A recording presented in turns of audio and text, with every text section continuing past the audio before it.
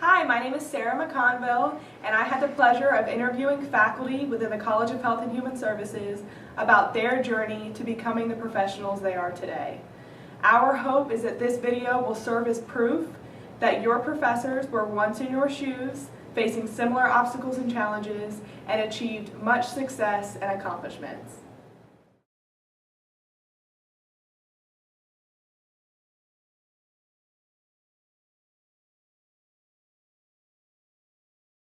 My name is Amy Barsanti, and I'm on the faculty in the Department of Social Work at UNC Charlotte. I started working here part-time in 2008 and have been here full-time since 2009.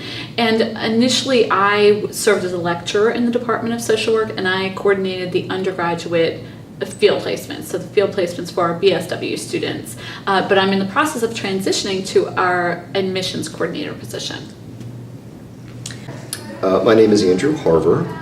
I'm a faculty member in the Department of Public Health Sciences, which started about 12 years ago, a relatively new unit here on campus. And I'm actually going to begin my 23rd year now at the university. Brenda Ward, Kinesiology Department. What was the other part? Brenda Ward, Kinesiology Department, lecturer. I've been full-time 8 years, and I was adjunct faculty 4 years prior to that. My name is Cynthia Toth. I am in nursing, and I have been at the university for, I started in the fall of '94 and then went full-time. Initially I was a clinical instructor, and then I went full-time in the fall of '95. So I've been here for a while, seen a lot of growth, great campus growth. It's really pretty. And I currently function as the maternity instructor. My official title is senior lecturer, and then I also act as a clinical placement coordinator for all the undergraduate students, which means that I act as a liaison between the hospital setting and all of the students and faculty in the nursing program on the undergraduate level to get them placed in clinical preceptorships and group placements as well. My name is Brett Wood. I'm in the Department of Kinesiology. My specialty area is athletic training. I have been at the university since 1988 full-time. My title is actually clinical coordinator and lecturer for athletic training. My name is Dr. Diana Rowan. I'm an assistant professor in the Department of Social Work, and I've been here 6 years, and so I'm starting this fall my 7th year full-time faculty here. Hi everybody, I'm Dr. Jane Neese, and I'm the Associate Dean for Academic Affairs in the College of Health and Human Services. I'm a nurse. I'm faculty in the School of Nursing, and I've been at UNC Charlotte now for probably close to, it's about 19 years. So 19 years. My name is Eric Wickstrom. I am an associate professor in kinesiology, specifically within the athletic training program, and I've been at Charlotte since the fall of 2008. My name is Jan Warren Finlow, and I am in the Department of Public Health Sciences, and I am an associate professor, and I have worked at UNC Charlotte since 2005. My name is Julie Padilla, and I teach in the School of Nursing, and I've been here for 10 years. My name is Kamina Davis. I'm a lecturer and the undergraduate coordinator for public health programs. I've been at UNC Charlotte for approximately 6 years, and I'm a graduate of UNC Charlotte. Go Niners! My name is Leanne Edwards. I am Associate Director in the School of Nursing for the undergraduate division. I've been at UNC Charlotte. This is finishing my 31st year. I came in 1982. My name is Michael Thompson. I'm an Associate Professor of Public Health Sciences. I'm also the coordinator of the graduate public health programs, which include the MSPH, the Master of Science in Public Health, and the Master of Health Administration programs, as well as our graduate certificate in community health. My doctorate in public health is in health services research with a focus on evaluation and program planning. I also have a master's degree in Emergency Health Services Administration, but my focus primarily has been workforce development, competency-based professional education, and curriculum for public health. Hi, I'm Nancy Faye Jensen. I'm currently Dean of the College of Health and Human Services at UNC Charlotte. By training, I'm a nutrition scientist, and I've been at UNC Charlotte for 2 years. My name is Roy Fielding. I'm in the Department of Kinesiology. I coordinate the exercise science program, and I'm just starting my 36th year. I started when I was 5, but it's my 36th year. My name's Reuben Howden. I am a physiologist. I specialize in cardiovascular physiology and interactions between pulmonary physiology and cardiovascular physiology, as well as exercise physiology. I'm an assistant professor and director of the Laboratory of Systems Physiology, and I've been at UNC Charlotte just coming on 5 years now. My name is Susan Lynch. I'm in the School of Nursing. I am the RN to BSN coordinator and lecturer in the School of Nursing, and I've been at UNC Charlotte for 7 years. Hi, I'm Susan Marchetti. I am a licensed clinical social worker and I have a master's degree in social work. I've worked at UNC Charlotte for 5.5 years, and I am the coordinator of field education and a lecturer in the college. My name is Suzanne Boyd. I'm a social worker. I'm an associate professor in the Department of Social Work and also a program faculty member in the Health Services Research doctoral program, and I'm beginning my 12th year at UNC Charlotte.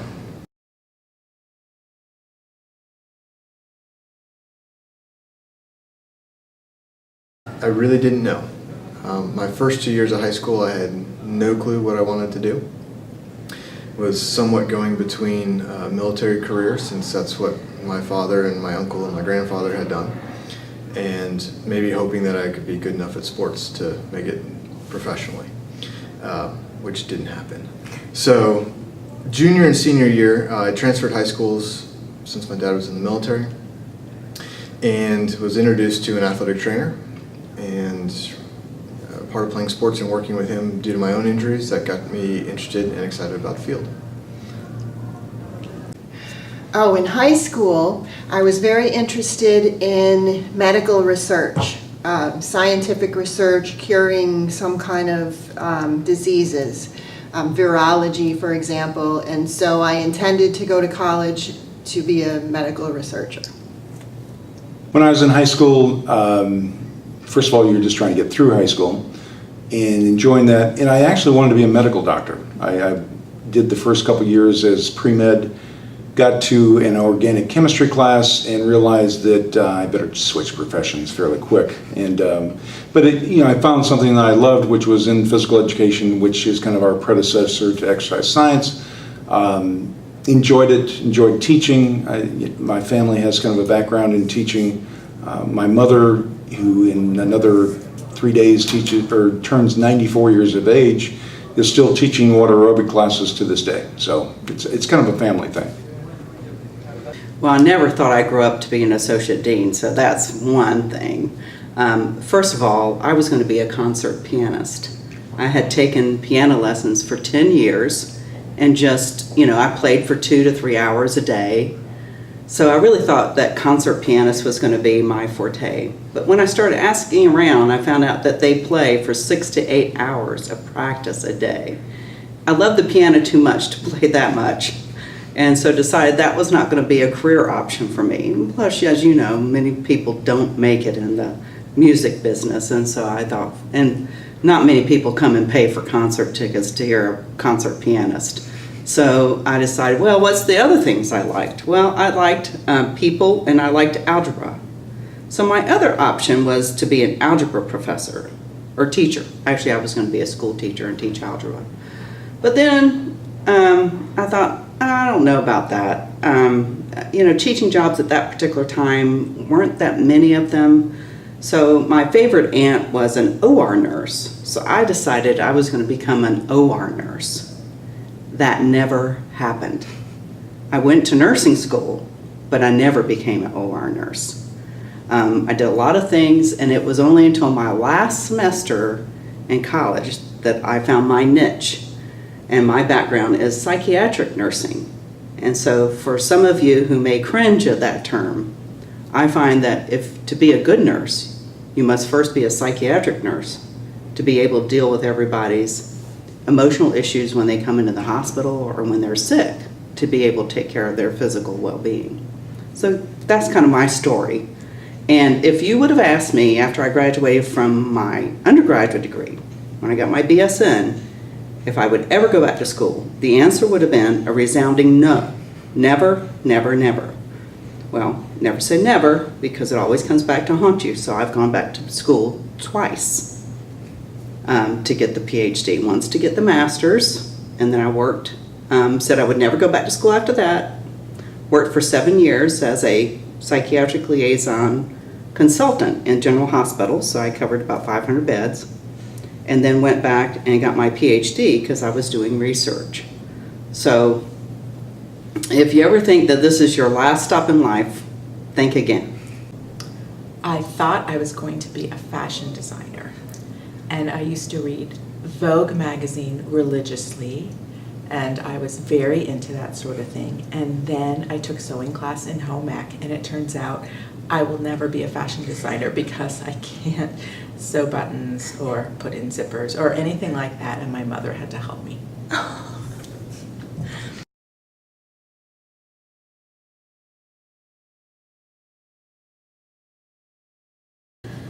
My dream job would be to be a surgeon.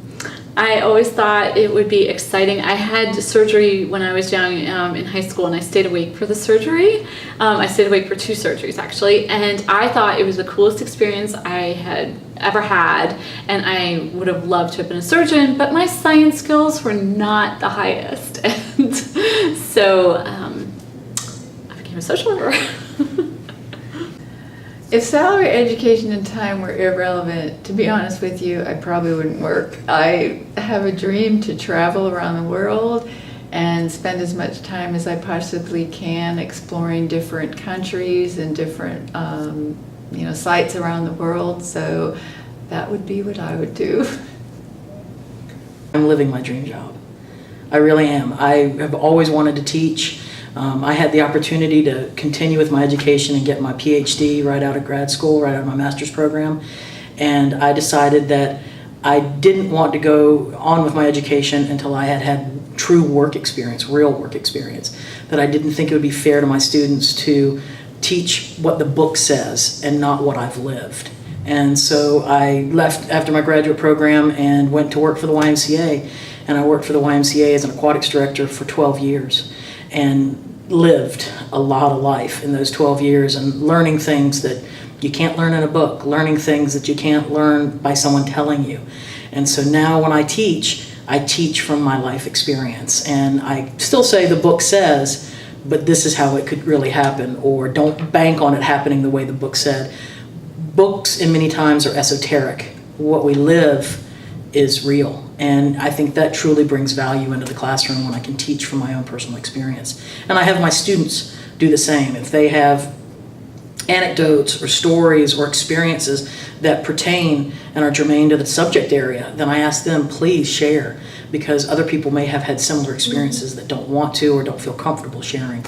And so it really does, in my opinion, add a lot of value to the courses I teach.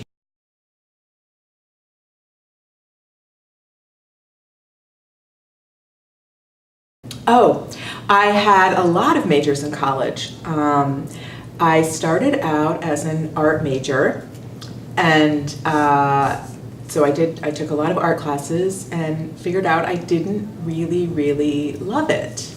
I enjoyed doing it, but I didn't do it in my spare time, and I thought, well, this ought to be something I really like to do, when I'm not just in class.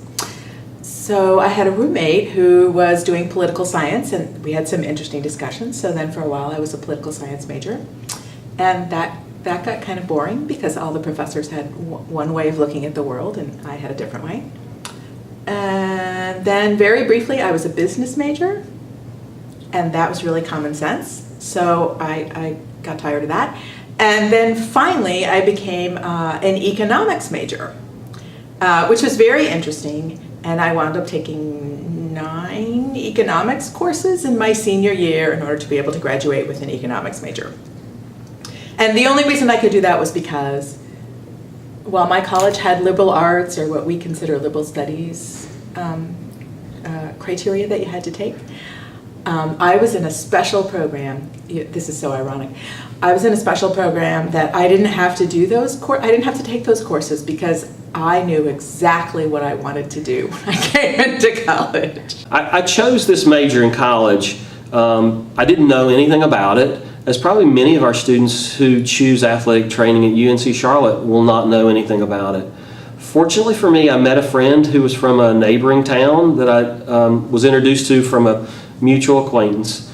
And I asked what his major was, and he informed me about athletic training and explained to me what it was. And with my love of sport, I thought, oh, this sounds like a really interesting thing to do. So I was asked to come along and see and observe what happened in the athletic department and what athletic trainers do.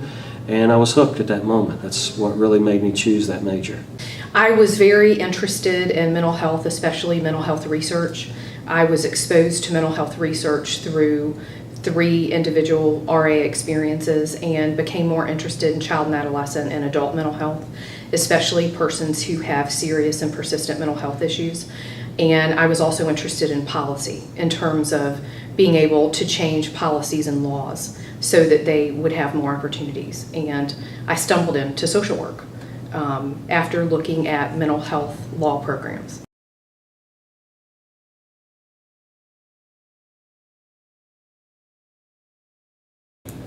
Probably don't be so uptight and so type A and so the world is going to end if I don't follow this exact path the way someone else had already described it. I would have been a lot more adventurous, taken a lot more chances, and still been a very good student, mind you, but I would have explored the world a lot more. I wish someone would have told me how much I need information from all the peripheral courses. So for example, I knew I needed anatomy and physiology for athletic training to be able to assess the injuries and treat them. But in my freshman, sophomore year, taking biology, I really didn't see the point of needing to know the cellular mechanisms or what's going on at the cellular level. So that was a course that I didn't take too seriously. And now going back, teaching, I fully realize the importance of all that, not just from needing to know it as a teacher, but also having worked in the field clinically. That's important information. And as healthcare becomes more and more collaborative or interdisciplinary, you end up speaking with a lot of professionals in other fields, nurses, physicians, physical therapists, and a lot of those conversations involve information related to those peripheral courses. So if someone had told me, even though you think it's not important, it really is, I think that would have made a big difference on how I studied and perceived some of those courses I had to take. I think for me, the biggest challenge and what I wish I had known before I had gone to college or that first year was about time management. I was an athlete. I was captain of the University of Connecticut gymnastics team when I was in school, and that took up a lot of time. I had to practice 4 or 5 hours a day, 6 days a week. I really needed some time management advice. And I think as students get more involved in things like clubs and extracurricular work or volunteer work or outside work, time management is huge. So I really wish somebody had pulled me aside and talked to me about how to manage my time. That's a really hard question. You never know what you don't know. I guess really I did do a thesis project in my senior undergraduate year. I guess I wished I had either had more opportunity or sought out more opportunities to be involved in the research activities of my instructors as an undergraduate. I think that can be a really, really rewarding experience. And it's a great way to find out if research is for you or not. It's not for everybody. And also understand a bit more about just the nuts and bolts of science. A lot of science is doing the same thing over and over and over and over again. But the exciting part about it is what you might find at the end of that process, which is often not what you expect.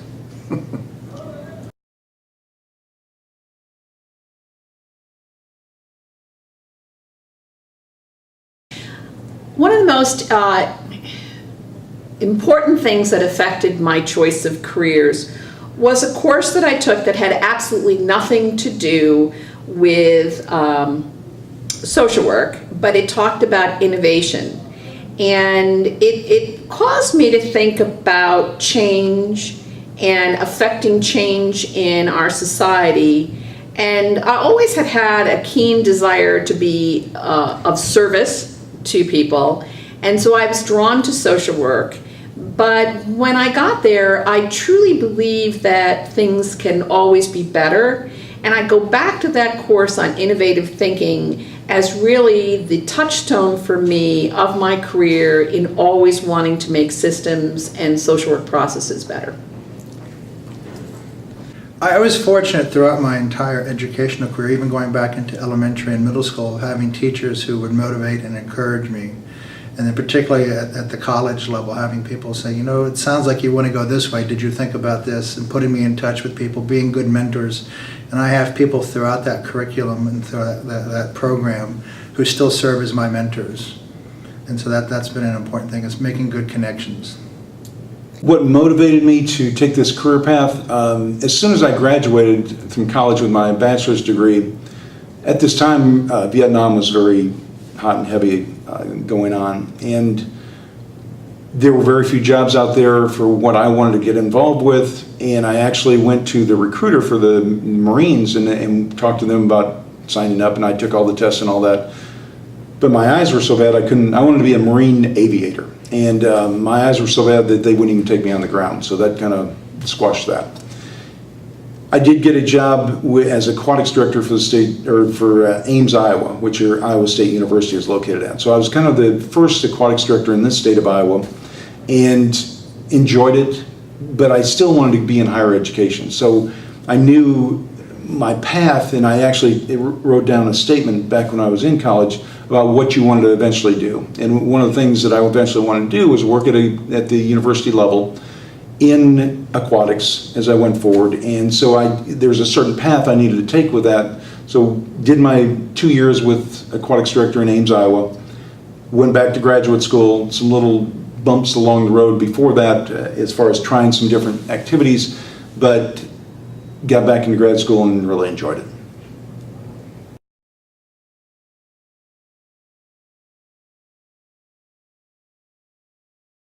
I think the different thing that I would do is not have to repeat that organic chemistry. So did well in the laboratory aspect of it, but not so much in the classroom. So really more time to study and working harder at that. That would be the thing that I would repeat. Joined a sorority, I went to nursing school.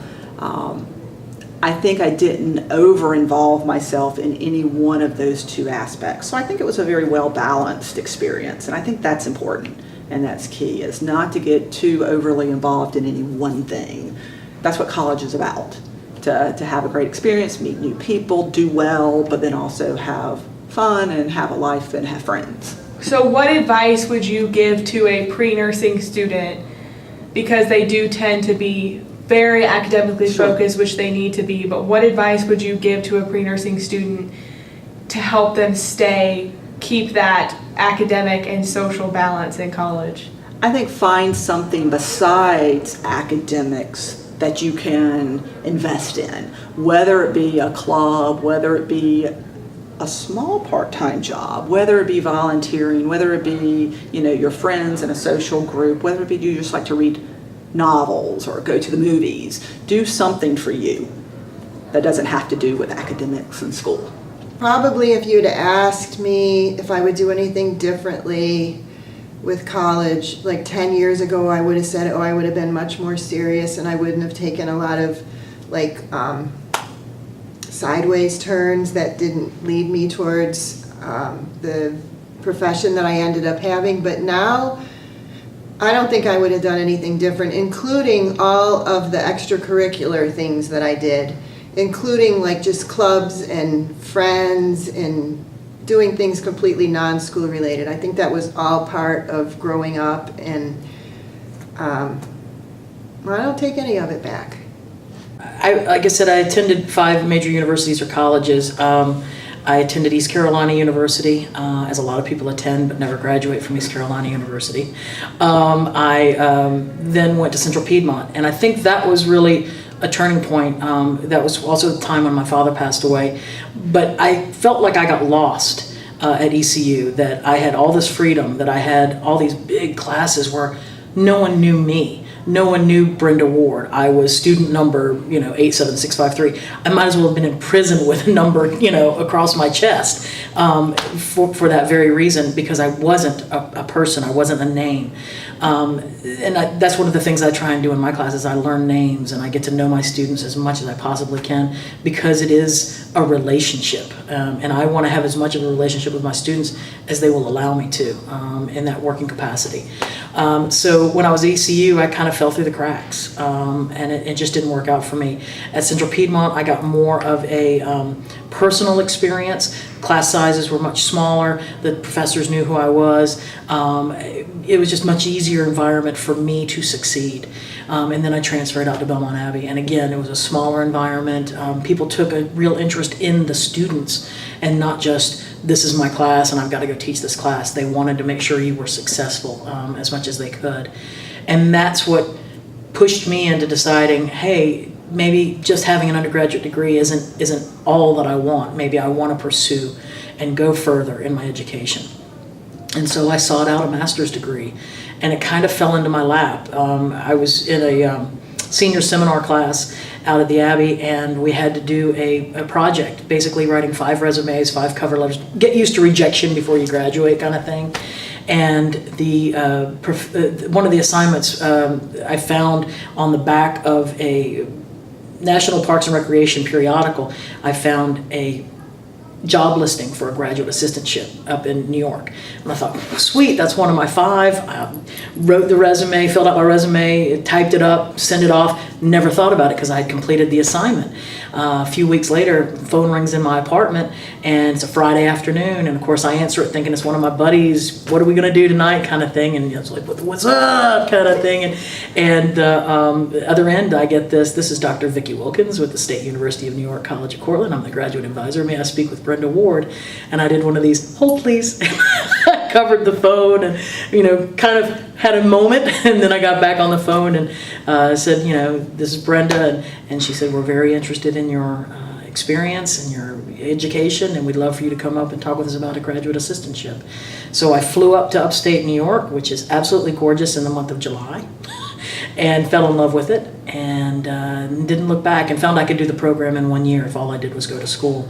So I did 11 hours my first semester, 13 my second semester, and then I came home and did the last 6 here at UNCC.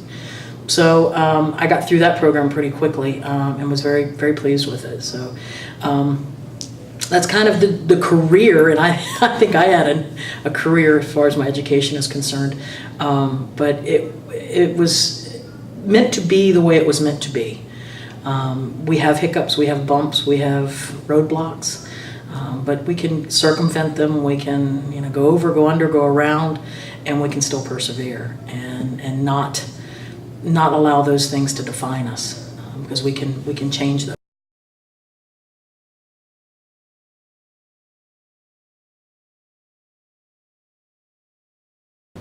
Well, I think they will hate to see me go because of my memory. I know all I've been here too long. I've been here long enough that I know so many things that memory bank, they'll miss that. But I think they will say I was an exceptional teacher, and role modeled for them what a really good nursing educator should be. And I think they'll say that I supported them and supported the students, very much a student advocate. I think those are probably the primary things. Oh, thank God he's gone.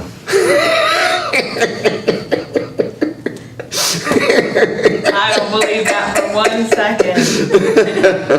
Well, I don't know. I hope ultimately some of the, there'll be positive and negative as there would be for any person, of course.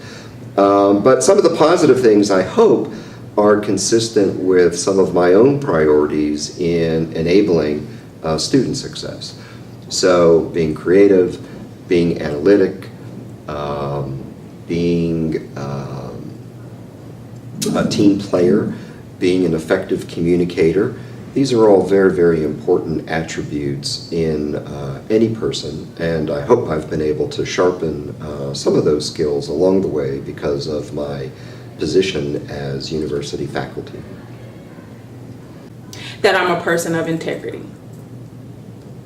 I may not be punctual, perfect, or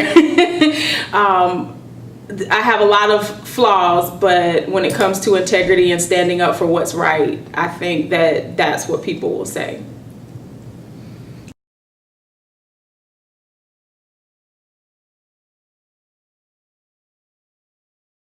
Yes, I've had several people who've had profound effects on me. My first mentor was an older lady, a nurse on the psychiatric ward, because I worked on the psychiatric unit my first job, and her name was Kay Bond, and she dyed her hair black. She was probably about 65, so her hair was probably white. She dyed it black, and it was in a beehive, so it stood up real high on her head. And she taught me how to be a real person with the patients and how not to always take yourself too seriously. In other words, be a little humble and listen to what people have to say. And then my second mentor was Dr. Lisa Robinson at the University of Maryland, who was the founder of psychiatric liaison nursing. And she took me under her wing and showed me the ropes and helped me, and probably that's one of the reasons why I was very successful after my master's as being a psychiatric consultation liaison nurse, and I still do some talks about that.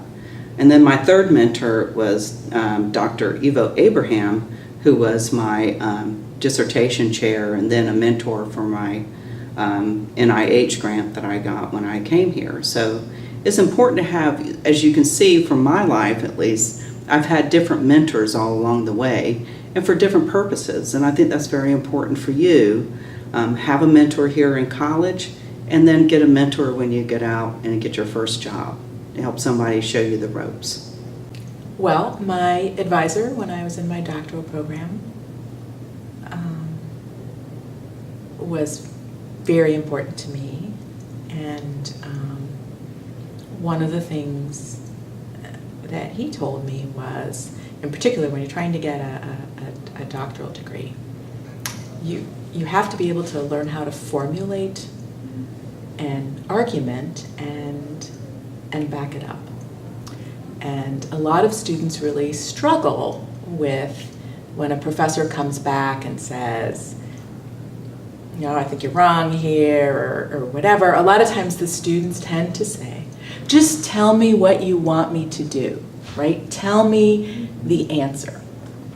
And in particular, when you're getting a doctoral degree, if you expect to be able to hold your own with other people with a doctoral degree, you need to be able to, come up with an argument. It's not that the other person has to agree with the argument, but they have to be able to see that you've really thought through this and you can make a case for it. And that's really what makes somebody a colleague or a peer. And that's really different than somebody who just says, just tell me what you want me to do here, because they get frustrated and they give up. And I had a lot of arguments with my advisor until I finally made a case good enough that he would go, oh, okay, yeah, now I see what you're trying to get at. And some of that too is also about being able to write well and really explain what it is you're trying to show somebody. So. Who really did something small, but it made a tremendous difference in my life, was an instructor I had during my MSW program. In my MSW program, since I was so shy and I never spoke in class, one professor picked up on that, and I still remember him, Dr. Bob Chazen, and he still teaches, I think, at Fordham University where I went to school. And he asked me he took me outside of class. When he got to class, he asked me to come out in the hallway, and he told me that he saw that my writing was really, really good, but it didn't really reflect what I contributed to the class. And he felt I was holding back and that other students could be benefiting from knowing more about me and my contributions. And so he asked me to read a 13-page paper out loud to my class. And he said, I don't want to put pressure on you if you don't want to do it, but I really think that this will help you.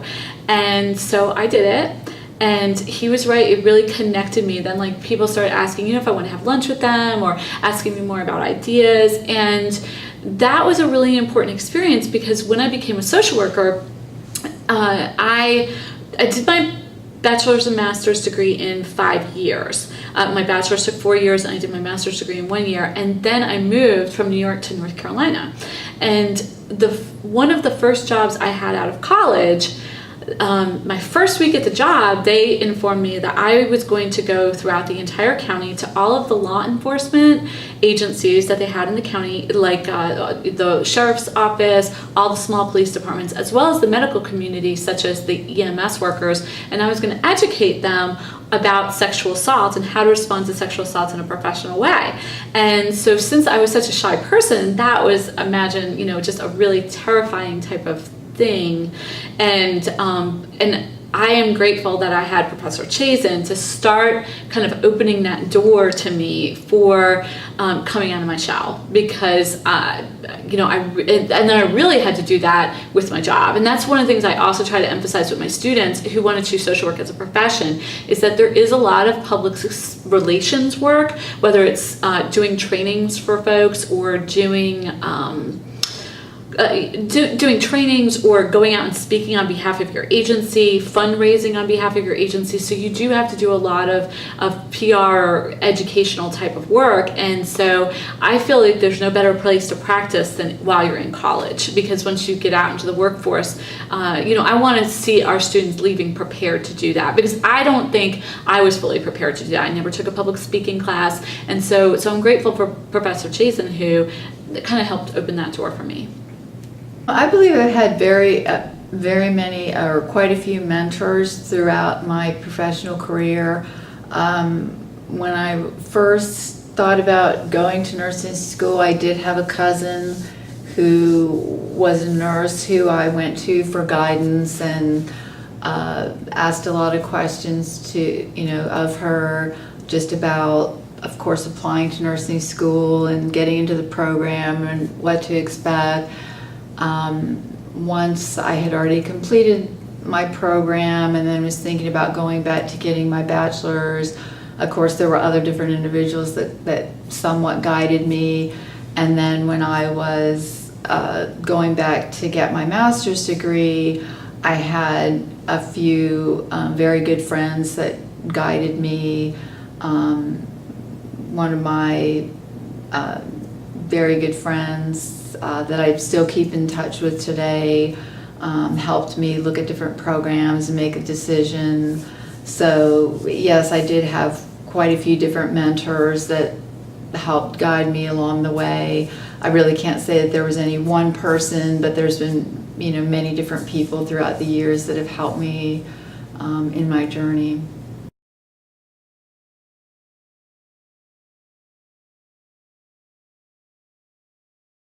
The students. I think without a doubt, my favorite aspect of my work here is the students. I have some students who are not highly complimentary of me, but the great majority of students realize that although I'm one of the most difficult instructors in the School of Nursing in terms of needing to do your homework, do your readings, do some writings, speak in class, and participate actively in the classroom.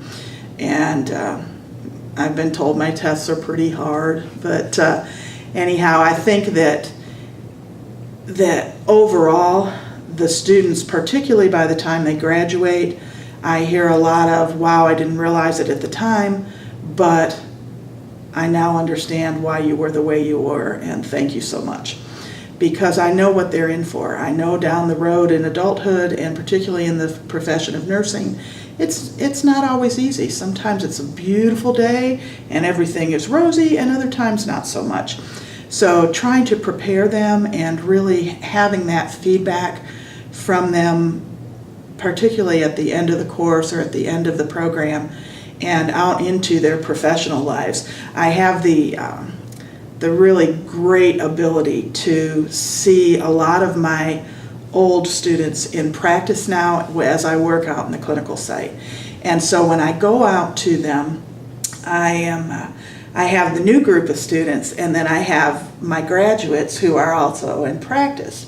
And so oftentimes the two of them connect, and it's kind of interesting. I always wonder, what gets shared between the graduate student in practice and the student who's currently in my course. And it is very fulfilling to watch and play just a tiny little part in the growth of an individual. So definitely the students are my favorite part. My favorite aspect of my work at UNC Charlotte is the fact that I always come in and learn something new. The students keep you on your toes and they allow you to be creative. They're always excited about learning.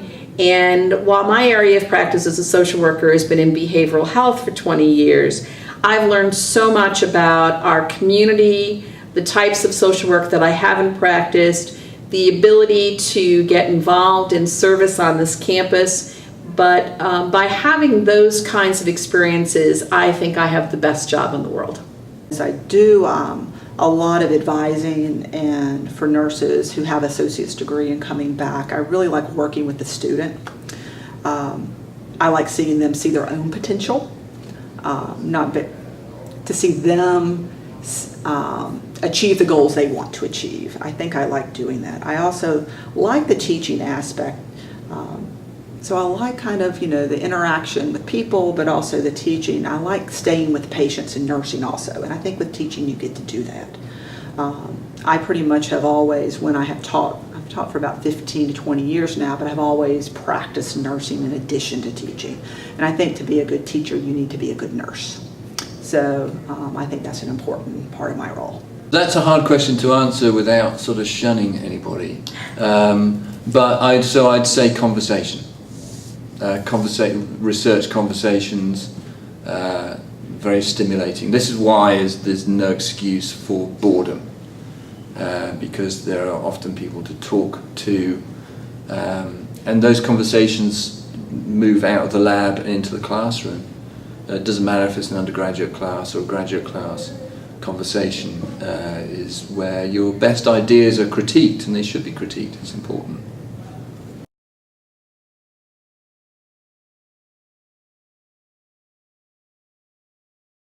My favorite pastime outside of work at UNC Charlotte, we fortunately have a cabin up in the mountains in North Carolina that we get to go to quite often.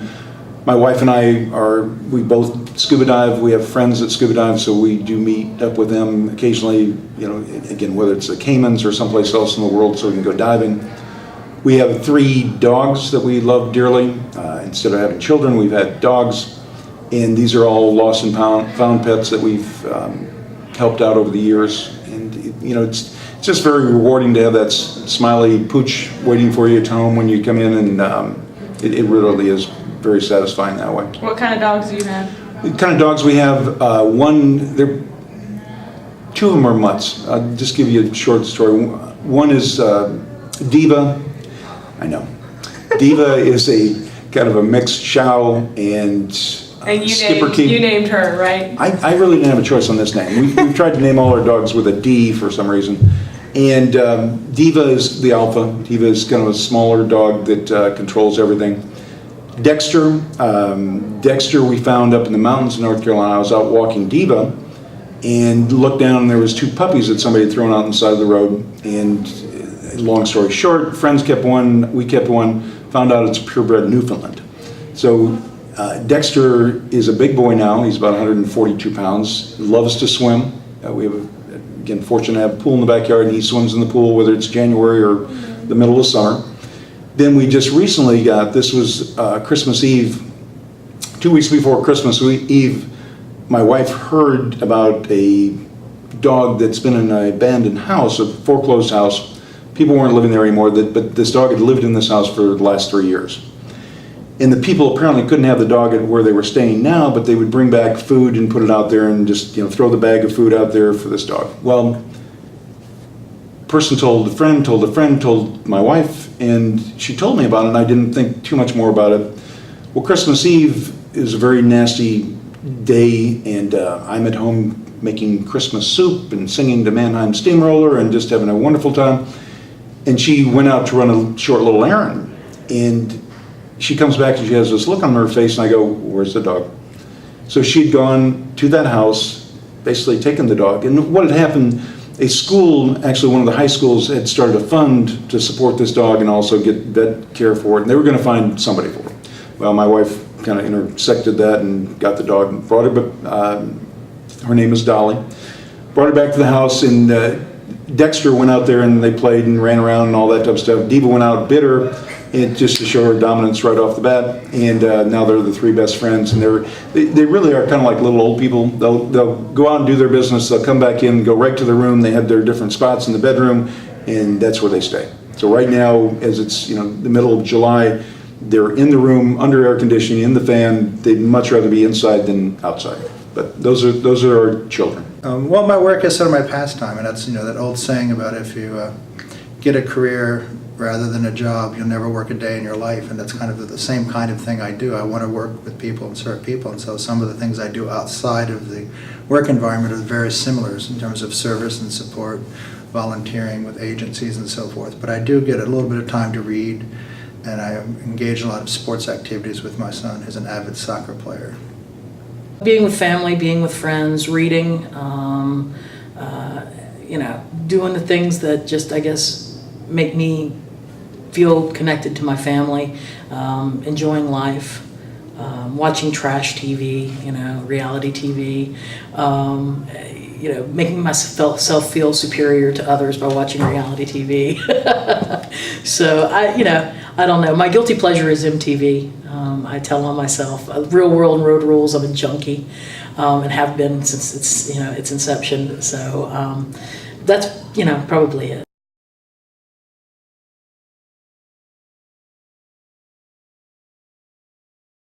I have lots of advice. The first thing that I would say would be not to be afraid to think outside of the box and to do things that make you tremble and that you're fearful of. Nothing ventured, nothing gained. The second piece of advice I have is to respond to situations and not react. With technology, emails, text messages, phone calls, we tend to respond right away. We don't stop and think in terms of oral communication or face-to-face. The third piece of advice is to have boundaries, to establish boundaries of when you answer your phone, email, and text messages. Text messages that take you more than 10 seconds to compose generally should be a conversation or a telephone call. Take things seriously but not personally. That happens too much with all of this electronic communication. And to establish those boundaries, because the first time you let someone violate them, if you're not available, including professors, they're going to do it again and again. So set appointments with yourself to study, to take care of yourself, good self-care, to have fun. And the last piece of advice would be to take a class that you absolutely know nothing about it. I took Russian language for 2 years at the University of Virginia and had to explain to my parents why I was so proud of a C+ my first semester. And it was one of the best things I did because it helped me to learn the Cyrillic alphabet, and I had to train my mind to think in a different way. Words of wisdom for students. I would say this is probably going to be the most extraordinary experience of your life and the most unique one. I had to work my way through college, so I always worked, and as I said, I was an athlete, and so I spent many hours in in a gym, at practice, and at meets. But, you know, I just loved living with other students, dealing with those challenges, growing as a person, growing into the adult I've become, and just having a whole ton of fun. I have to say, I probably had more fun than I should have in college, but I'm hoping that students find this balance between, you know, really being successful in their academics and just having a ton of fun. Let's see, words of wisdom for students. I think college is really the opportunity to take control of their own education. This was something I didn't realize until very late in my own academic career. But you're going to go to a bunch of classes. Some will seem extremely important, some will seem completely irrelevant. But you really do take out of each class what they put in or what you will put in. Instructors are going to lecture, they will have discussions, but unless you ask the questions that you have as a student, you're not going to get as much out of that course as if you just kind of sit there passively and just soak up the information. You know, you can read textbooks till you're blue in the face and you'll become smarter on a topic, but it's kind of the old iceberg analogy, right? There's the top of the iceberg, which is really small. That's just kind of sitting there passively and letting information come to you. But the real meat of the iceberg is under the water, which you can't see. And that's when you ask questions that you want to know to get more information that's really pertinent to you. That's when you're really kind of maximize your college education and really get everything out of it. So take charge of your education. Be an active learner, ask questions, go see faculty or any of your instructors outside of class in their office hours. That's when you'll get to know them, when you'll learn so much more, one, about your faculty, and two, what drives them, and that'll make your own classes more interesting. Pursue what it is you enjoy pursuing.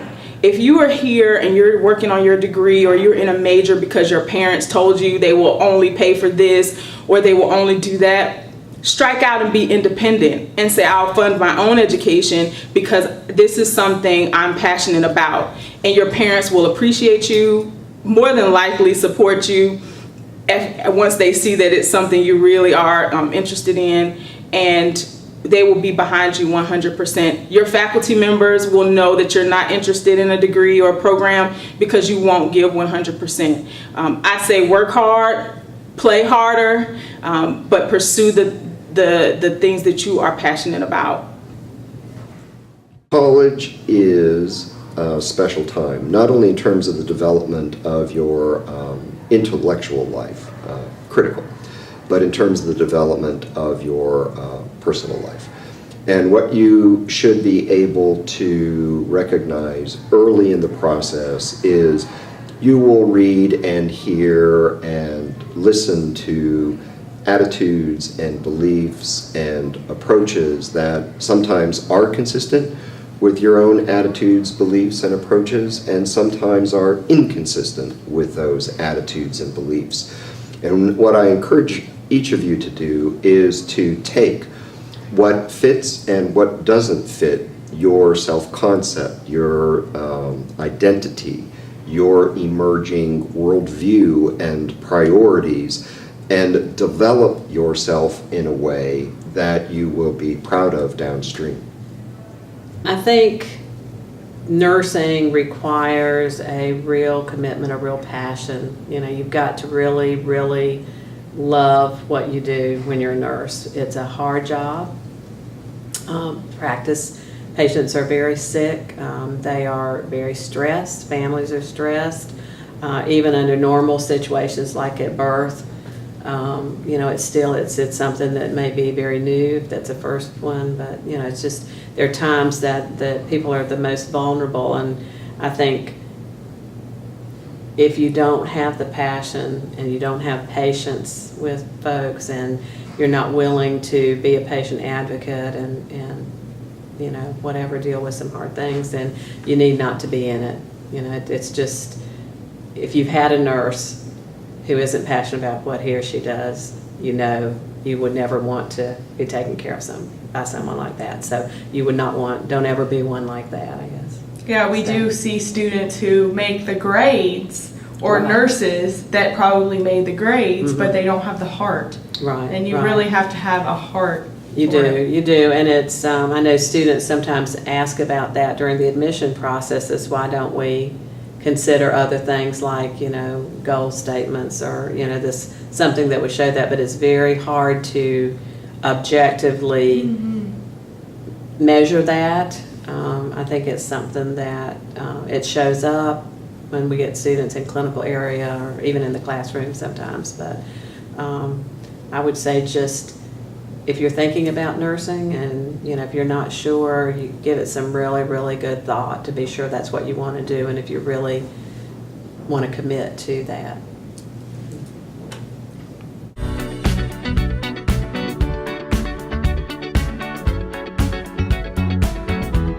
Mine was always turn to the right.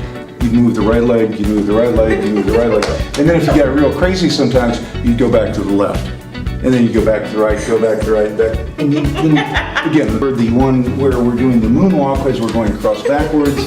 And then you get on the other side of the stage and go backwards. As we went to the right, turn to the right, turn to the right, to the right. YMCA. We've come to stay at the YMCA. See, that totally dates me. It's perfect. Wow. Woo! Let's see. I can do the prep. See. We go from the shimmy to the big girly bell. Yeah. That's it. That's all I care. And doing the same thing, and it's a really cool thing. Just burst. Let's see, I have to take off my glasses, I guess. And you alternate, it's this mixed in with, let's see, with this, okay? And so ultimately, those two are